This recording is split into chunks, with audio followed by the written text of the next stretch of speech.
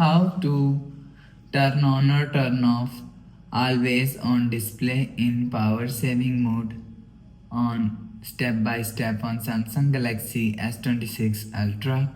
So let's start the video. First of all, go to app library. Now here, so click on settings app. Now in setting, scroll down and click on device care. So you will see device care is here, so click on device care. Now here you will see first option is battery, so click on battery. So after click on battery, so click on power saving. So after click on power saving, make sure turn on power saving button. So after turn on power saving button, you will see turn off always on displays here. So if you want to turn off always on display, so turn off this button. So after turn off this button, you will see always on displays turn off.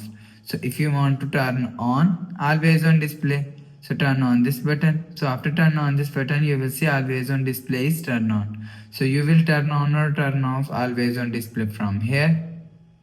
So after the process, go back to home screen, refresh phone. So that's how you can turn on or turn off always on display in power saving mode step by step on Samsung Galaxy S26 Ultra.